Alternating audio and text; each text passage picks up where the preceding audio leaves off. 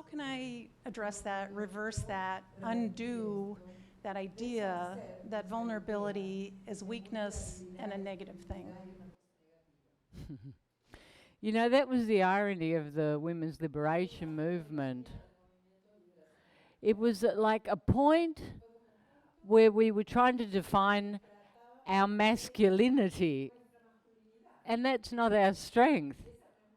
Our strength is our femininity. Our consciousness is our femininity. Our capacity to nurture, to connect, to multitask, to have empathy and compassion. You know, that's the power of being a woman. To be focused, to be disciplined, is also an aspect of being a woman. And that burning our bras, I tell you what, if you ride horses, it didn't last long. You know, I put mine straight back on. And I remember very clearly going to these marches. And the stupidity was, for me, I was raised in a matriarchal family. So it never even occurred to me that I didn't have equal rights. But I was always going along with whatever protest there was. And I realized I was in the United Nations and we were talking about sustainability. And at one point, a woman got up and she started talking about unequal pay. And I thought we already dealt with that issue. You know, now we're talking about empowerment and sustainability and going beyond our limitations. Because I saw throughout my life, I never suffered from discrimination because it didn't occur to me. I was always the best I could possibly be. And I was very much in a masculine environment. I was one of the first women in Australia to be training and breaking in racehorses. Like women just didn't do that. I was the youngest person in Australia to receive a training license. And I knew that in order to be the best, I had to be exceptional. But I was always challenging myself. And I can look throughout history, and there's always minorities that are famous and successful. So what is the problem? You know, there's a lot of prejudice within the workforce. There's a lot of machismo and violence towards women. And yes, that has to change. But you know who really has to change? The women. We have to change. We have to embrace our power. We have to see how great we are.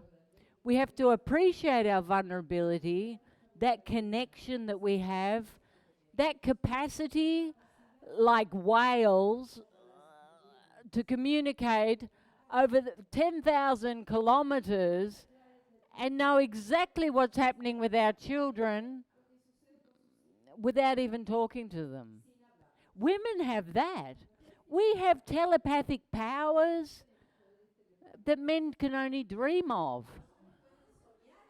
You know, if you take away a man's phone, he's fucked, you know.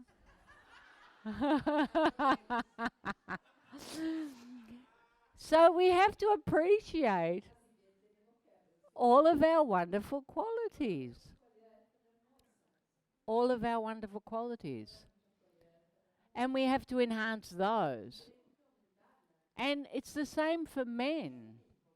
They have to enhance their femininity. And we have to enhance our masculinity. And we have to find a place of balance, of balance.